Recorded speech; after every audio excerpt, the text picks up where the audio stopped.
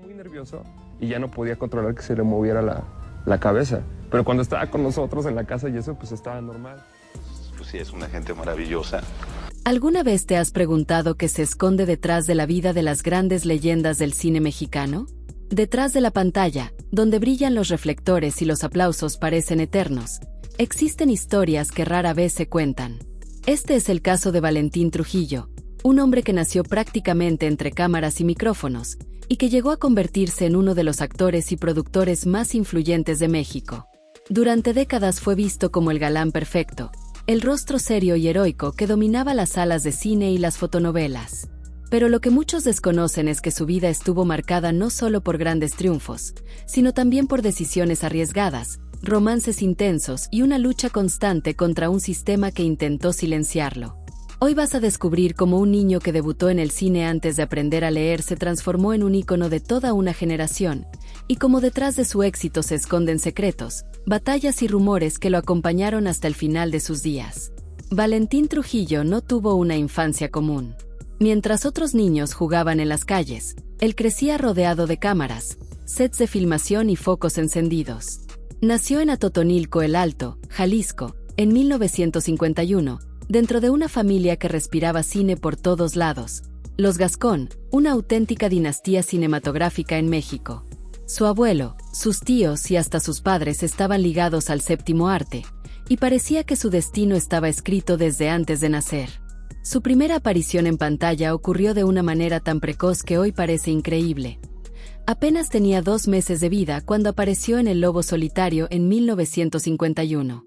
A los 2 años volvió a estar frente a las cámaras en El Jinete, la primera película mexicana filmada en tercera dimensión. Para Valentín, estar en un set era tan natural como para otros niños jugar en un parque. Pero lo más sorprendente es que esas apariciones infantiles no fueron simples accidentes familiares. Sus padres lo premiaban con pequeños papeles cada vez que sacaba buenas calificaciones, y de esa manera el pequeño Valentín terminó acumulando experiencia como actor casi sin darse cuenta. Entre rodaje y rodaje, conoció a figuras legendarias como Cantinflas, con quien compartió escenas y de quien recibió consejos que marcarían su estilo actoral. ¿Para qué le rompen las ruedas de la bicicleta al jovencito que... Desde temprano, Valentín sabía que no podía escapar de ese mundo. Él mismo reconocería años después que había nacido literalmente entre cámaras, micrófonos y libretos. Era su lugar natural. Y aunque en esos años parecía todo un juego, pronto el niño tímido y sonriente daría un salto gigantesco hacia un destino que cambiaría para siempre la historia del cine nacional. Pero lo que vendría después no sería un simple camino de fama y aplausos. Cuando Valentín Trujillo cumplió la mayoría de edad, ya cargaba con una experiencia que pocos actores alcanzan en toda una vida. Había pasado de ser un niño curioso que jugaba frente a las cámaras, a un joven decidido a convertir el cine en su destino. Y fue en 1969, con apenas 18 años, cuando ese destino se reveló en todo su esplendor. Ese año consiguió su primer protagónico en la película Las figuras de arena, dirigida por Roberto Gabaldón. Para un muchacho que había crecido rodeado de micrófonos y reflectores, aquel papel era mucho más que un trabajo, era la confirmación de que lo que llevaba en la sangre estaba listo para explotar. Y aunque la cinta no fue un éxito comercial, su actuación fue tan sólida que le valió la Diosa de Plata como revelación masculina en 1971. ¿Por qué lo hiciste? Es un alacrán. ¿Nunca habías visto uno? Este es de los más venenosos. Un premio que, de la noche a la mañana, lo puso en el radar de todo México. Los críticos lo llamaban la nueva cara del cine nacional. Los productores lo buscaban desesperados para protagonizar cintas, y las revistas de espectáculos empezaban a publicar su imagen como el nuevo galán de moda. Con apenas 20 años, Valentín ya era considerado heredero de una tradición cinematográfica que había empezado con sus tíos y su abuelo, pero que ahora parecía alcanzar un nuevo brillo gracias a él. Lo que distinguía a Valentín no era solo su porte serio y atractivo, sino también su disciplina. A diferencia de otros jóvenes actores que se dejaban llevar por la fama, él estaba dispuesto a trabajar el doble, y eso lo convirtió rápidamente en uno de los rostros más solicitados. En pocos años participó en una avalancha de películas que lo consolidaron como una estrella capaz de atraer multitudes a las salas de cine. Pero esa fama no venía sin un costo. Detrás del galán impecable que aparecía en pantalla, había un joven que todavía debía cumplir con las exigencias de su familia. Su padre, un hombre estricto y abogado de profesión, le recordaba constantemente que la fama era pasajera, pero los estudios eran para siempre. Así, mientras filmaba escenas apasionadas en el set, Valentín debía correr a la universidad, donde estaba estudiando Derecho. Esa doble vida, actor en ascenso por un lado, estudiante disciplinado por el otro, lo mantuvo dividido durante un tiempo. Pero fue justamente esa presión lo que lo empujó a madurar antes de lo esperado. Valentín no quería defraudar a su familia, pero tampoco podía renunciar a la pasión que lo había acompañado desde niño. Y aunque logró graduarse como abogado, pronto tomaría una decisión que cambiaría su vida para siempre: abandonar las leyes y entregarse por completo al cine. Una elección que lo catapultaría a lo más alto, pero que también lo pondría en la mira de las críticas, de la censura y de los rumores que nunca lo abandonarían.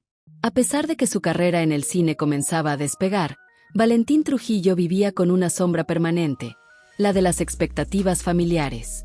Su padre, abogado de profesión, insistía en que el cine era un mundo inestable, lleno de altibajos y escándalos, y que un hombre de verdad debía tener un título que lo respaldara. Para Valentín, la situación no era sencilla. Por un lado, la industria lo reclamaba como la nueva promesa del cine mexicano.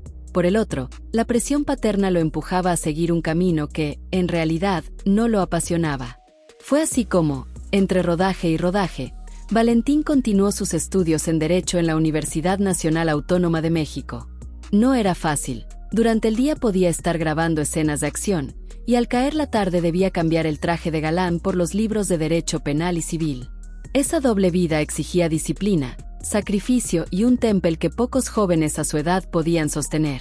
Finalmente, después de varios años de esfuerzo, logró lo que su familia tanto esperaba: se graduó como abogado.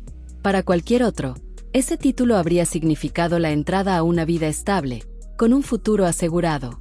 Pero para Valentín, aquel diploma nunca fue más que un trofeo que colgaba en la pared. La realidad era clara: jamás ejercería como abogado. Él mismo lo confesó en entrevistas posteriores: desde que nací, yo sabía que iba a dedicarme al cine. Y no exageraba. Mientras muchos dudaban sobre qué rumbo tomar, Valentín tenía la certeza de que no podía escapar del arte que lo había visto crecer desde niño. Esa decisión lo liberó, pero también lo expuso a un camino mucho más arriesgado. Porque dedicarse de lleno al cine significaba no solo seguir actuando, sino involucrarse en todos los procesos que lo componían, desde escribir guiones hasta dirigir y producir. Valentín no quería ser solo un rostro bonito en pantalla, quería ser parte de las entrañas de la industria. Y esa ambición, esa determinación de ir más allá de lo esperado, fue lo que marcó la siguiente etapa de su vida. Una etapa en la que Valentín se transformaría no solo en actor, sino en un creador dispuesto a desafiar al sistema, incluso si eso lo ponía en el centro de la polémica. Porque lo que estaba por venir sería mucho más grande que un premio o un título universitario. Sería la batalla por contar historias que incomodaban al poder. Convertirse en actor consagrado no le bastó. Para Valentín Trujillo, la actuación era solo un engranaje dentro de un mecanismo mucho más grande. Desde joven observó cómo se armaban las películas detrás de cámaras, los guiones, la dirección, la edición, la producción.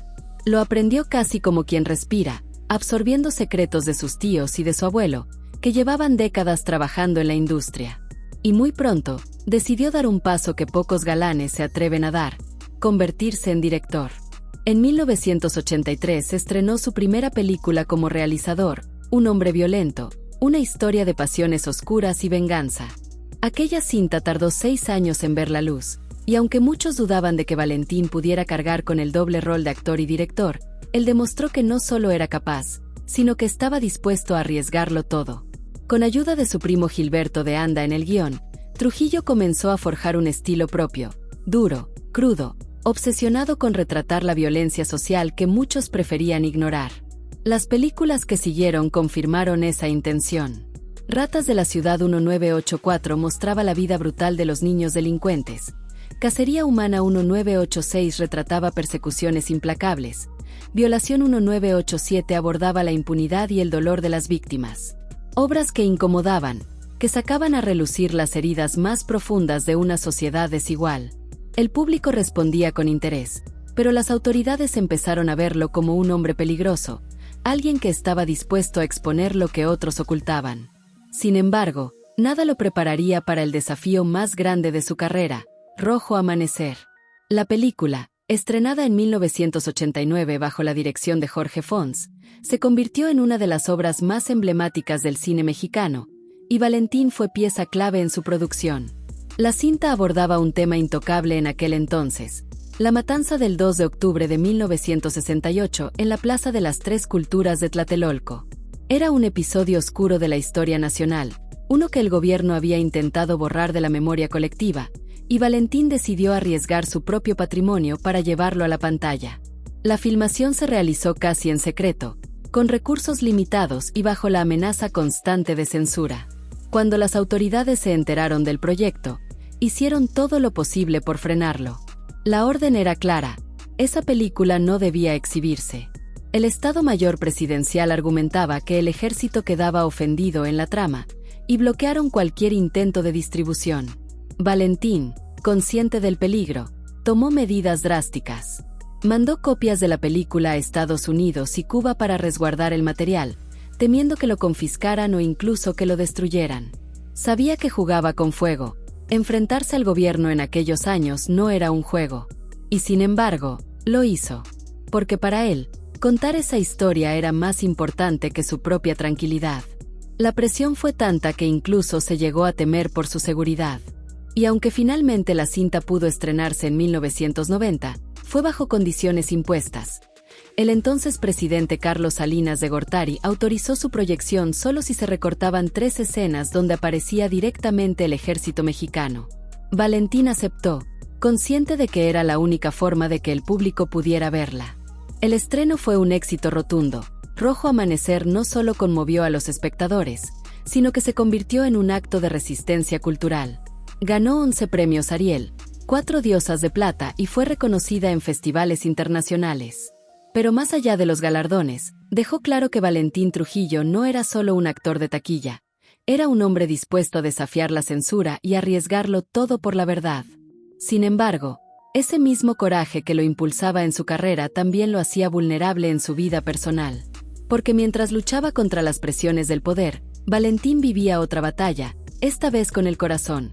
Romances intensos, rupturas públicas y rumores de infidelidades que lo persiguieron durante años. Y lo que ocurrió en esa faceta privada de su vida dejó a muchos sorprendidos. Detrás del actor serio y del director comprometido, había un Valentín Trujillo muy distinto. Un hombre apasionado, intenso y constantemente envuelto en rumores de romances y escándalos. Su imagen de galán no solo pertenecía a la pantalla, también lo perseguía en la vida real. Uno de sus primeros y más comentados romances fue con Verónica Castro, en plena época de las fotonovelas. Eran los años 70, cuando esas publicaciones dominaban los kioscos y convertían a sus protagonistas en ídolos populares. Aunque nunca fue un noviazgo largo ni escandaloso, Valentín confesó tiempo después que se había enamorado profundamente de ella, describiéndola como una de las mujeres más dulces que conoció. Sin embargo, como tantas de sus relaciones, la intensidad no alcanzó para sostener el vínculo. El verdadero torbellino llegó con Lucía Méndez. Durante más de 3 años fueron la pareja favorita de los medios, apareciendo juntos en eventos y rodajes. El público los veía como una historia de amor perfecta, pero tras bambalinas la relación estaba llena de tensiones. Valentín quería casarse, pero Lucía no se sentía lista. La discusión terminó de manera abrupta cuando le lanzó un ultimátum: o te casas conmigo, o me caso con otra. Lucía, firme, le respondió que no estaba preparada.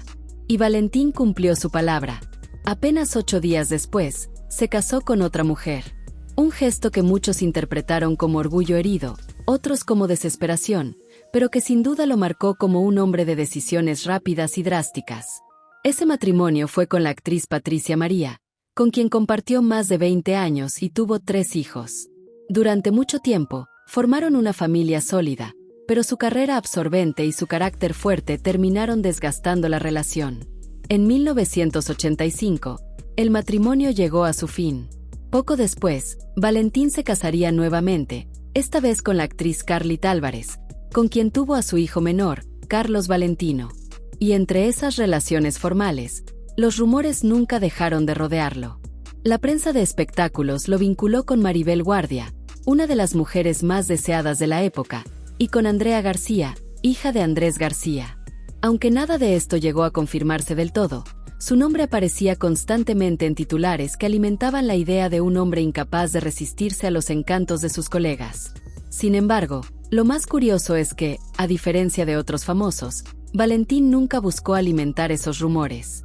Era un hombre reservado, que evitaba hablar de su vida privada en entrevistas. Y tal vez por eso, cada nuevo chisme resultaba todavía más llamativo. Cuanto menos hablaba él, más inventaba la prensa. Aún así, el peso de esa imagen de conquistador comenzó a pasar factura. Porque mientras en la pantalla se mostraba como el héroe incorruptible, en la vida real sus romances fallidos y su fama de mujeriego le dieron una reputación difícil de sacudir. Y lo cierto es que, mientras enfrentaba estas polémicas sentimentales, también empezaba a experimentar otra clase de sombras, aquellas que ya no tenían que ver con el amor, sino con el paso del tiempo y los primeros signos de un declive inevitable. Para Valentín Trujillo, los años 90 marcaron un cambio profundo. Había sido durante décadas un imán de taquilla, capaz de llenar salas con solo aparecer en los créditos. Pero la industria del cine mexicano atravesaba una crisis. El auge de las sexy comedias y el cine de ficheras arrasaba con las producciones más serias, y los grandes estudios parecían haber perdido el rumbo. Valentín, que siempre apostó por historias intensas y comprometidas, empezó a sentir que el terreno bajo sus pies se tambaleaba. Cada vez aparecía en menos películas, y aunque seguía activo detrás de cámaras como productor y guionista, su figura comenzó a desvanecerse del ojo público. Para un hombre acostumbrado a ser el centro de atención, ese silencio resultaba inquietante. Y a ello se sumaban rumores sobre su salud, que alimentaron todavía más el aura de misterio. Algunos medios de espectáculos especularon que padecía Parkinson, señalando sus movimientos nerviosos y su dificultad para controlar los temblores. Su esposa Scarlett Álvarez desmintió esa versión, aunque admitió que Valentín sufría de ansiedad, lo que lo hacía un hombre nervioso, con episodios que afectaban su tranquilidad. Nunca se confirmó la enfermedad, pero la duda quedó instalada, y con ella la sensación de que su estrella comenzaba a apagarse lentamente. Y como si eso fuera poco, vivió un episodio extraño que confundió a todo el país. En los noticieros apareció la noticia de que un helicóptero se había estrellado en un cerro, y entre los fallecidos se mencionaba a un hombre llamado Valentín Trujillo. La noticia corrió como pólvora. Familiares, amigos y fanáticos empezaron a llamar, algunos llorando, otros incrédulos. El propio actor estaba en su casa, viendo la televisión, cuando escuchó la falsa noticia de su muerte. Las llamadas de pésame no tardaron en llegar. Incluso allegados cercanos comenzaron a despedirse entre lágrimas, convencidos de que la tragedia era real. Él mismo, con su característico humor ácido, bromeó después diciendo, «Pues que yo sepa, no me he muerto». Pero más allá de la anécdota curiosa, el episodio dejó una sensación extraña, como si la muerte hubiera rondado su puerta antes de tiempo. A partir de ese momento, Valentín pareció volverse más hermético. Pasaba más tiempo en familia, se enfocaba en proyectos pequeños y evitaba el ruido mediático. Pero esa calma aparente no era señal de paz, sino de que el final se acercaba. Porque lo que ocurrió después tomó a todos por sorpresa, y dejó claro que incluso los ídolos más grandes no pueden escapar al destino. El 3 de mayo de 2006 parecía un día común en la vida de Valentín Trujillo. La noche anterior había estado en su casa, conversando con Scarlett Álvarez, su esposa, sobre las actividades del día siguiente. Entre esas rutinas estaba llevar a su hijo pequeño al kinder, un plan que para cualquier familia habría sido cotidiano y sin importancia.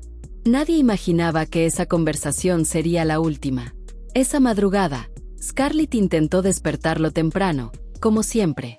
Al principio pensó que dormía profundamente, lo movió con suavidad, le habló al oído, incluso le quitó las cobijas.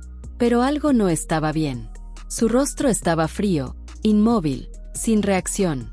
El desconcierto dio paso al miedo, y el miedo a la desesperación. Scarlett rompió en llanto, sin saber qué hacer, hasta que llamó a familiares y paramédicos. Cuando los médicos llegaron, confirmaron lo que nadie quería escuchar. Valentín Trujillo había muerto en la madrugada, a los 55 años, víctima de un paro cardíaco. La noticia sacudió a su familia, a sus colegas y a todo el país. Nadie estaba preparado para una partida tan repentina, especialmente de un hombre que todavía tenía proyectos en marcha y una vida aparentemente estable. Su muerte causó un impacto profundo en la industria del cine. Compañeros, amigos y admiradores acudieron al funeral en la Ciudad de México para despedirlo. Las salas se llenaron de coronas de flores, abrazos silenciosos y lágrimas que hablaban de la magnitud de la pérdida. Sus restos fueron cremados y depositados en una cripta en el Pedregal, cerrando así el ciclo de un hombre que había dedicado cada fibra de su vida al cine. Pero lo más doloroso fue el sentimiento de que todavía le quedaba mucho por dar. Valentín estaba trabajando en un guión titulado Desde la cárcel, una historia sobre mujeres en prisión que había investigado con pasión durante años. Entrevistó a presas, estudió expedientes y quería retratar una realidad incómoda, como siempre lo había hecho. El proyecto quedó inconcluso, convertido en un recordatorio silencioso de todo lo que pudo haber sido. Para su familia, la pérdida fue devastadora. Scarlett, de pronto viuda, debía sostener a su hijo pequeño. Sus otros 3 hijos, fruto de su matrimonio anterior, también quedaron marcados por la ausencia de un padre que, pese a sus ocupaciones, siempre intentó estar presente. La figura del hombre fuerte, del actor imponente, se desmoronó ante la fragilidad de la vida. El país entero lo despidió como a un ídolo, pero también con un dejo de incredulidad. ¿Cómo alguien tan grande podía irse tan pronto? Y esa sensación de vacío se intensificó con los años, cuando se supo que su familia enfrentaba dificultades económicas tras su partida, demostrando que ni la fama ni los premios garantizan una vida tranquila después del final. Lo cierto es que Valentín se fue de manera inesperada, dejando tras de sí una mezcla de gloria, misterio y dolor. Y aunque su voz se apagó aquella madrugada, su legado siguió vivo, pero también los rumores, revelaciones y sorpresas que surgieron mucho después de su muerte. La muerte de Valentín Trujillo no significó el final de su historia. Al contrario, con el paso de los años comenzaron a salir a la luz detalles, testimonios y revelaciones que mostraban la otra cara de un hombre que había marcado a toda una generación. En 2015, casi una década después de su partida, Scarlett Álvarez, su viuda, sorprendió a la prensa con una confesión dolorosa. Lo poco que Valentín había dejado como herencia se había agotado, y ella tuvo que ingeniárselas para sacar adelante a su hijo. Contó que el pequeño, con apenas 12 años, comenzó a vender sus cuadros en las calles y parques de la Ciudad de México para ayudar en casa. Una imagen conmovedora que contrastaba con la idea de que un ídolo de la magnitud de Trujillo debía haber dejado una fortuna. Aquella confesión dejó claro que, detrás del brillo del cine, la realidad económica podía ser mucho más dura. Pero no todo fueron sombras. Años después, el magnate Carlos Slim compró los derechos de Rojo Amanecer en su versión original, sin cortes ni censura. Un gesto que no solo le devolvió a la película su integridad, sino que también reivindicó la valentía de Valentín al haberla apoyado en sus inicios, cuando nadie se atrevía a tocar el tema. Gracias a eso, nuevas generaciones pudieron conocer la obra tal y como fue concebida, como una denuncia abierta a uno de los episodios más oscuros de México. Su nombre también siguió vivo en las conversaciones de la industria. Colegas y críticos lo recordaban como un hombre obsesivo y perfeccionista, capaz de perder la paciencia en un rodaje, pero también como alguien generoso que impulsó proyectos de otros cineastas cuando nadie más creía en ellos. Su empresa productora, Sol, se convirtió en un refugio para talentos emergentes que encontraron en Valentín a un aliado más que a un jefe. Y aunque en vida intentó mantenerse lejos de los chismes, los rumores sobre sus romances y su carácter seguían alimentando su leyenda. Porque si algo quedó claro tras su partida, es que Valentín Trujillo no fue un actor cualquiera, fue un hombre de contrastes, amado por muchos, criticado por otros, pero imposible de ignorar. Hoy, su figura se recuerda con respeto y nostalgia. Más de 140 películas, una carrera que cruzó la actuación, la dirección y la producción, y un legado que va mucho más allá de las pantallas. Valentín representó el esfuerzo, el sacrificio y el riesgo de hacer un cine que buscaba impactar, aunque eso significara enfrentarse al poder. Su historia nos deja una lección clara: la fama y el talento no garantizan una vida sin dificultades, pero sí pueden construir un legado que perdure más allá de la muerte. Valentín Trujillo vivió rápido, se entregó al arte sin reservas y dejó una huella imposible de borrar. Y aunque se apagó demasiado pronto, la pregunta sigue abierta. ¿Fue Valentín un héroe del cine mexicano o un hombre marcado por decisiones que lo persiguieron hasta el final? La respuesta, como siempre, queda en manos de quienes lo admiraron dentro y fuera de la pantalla.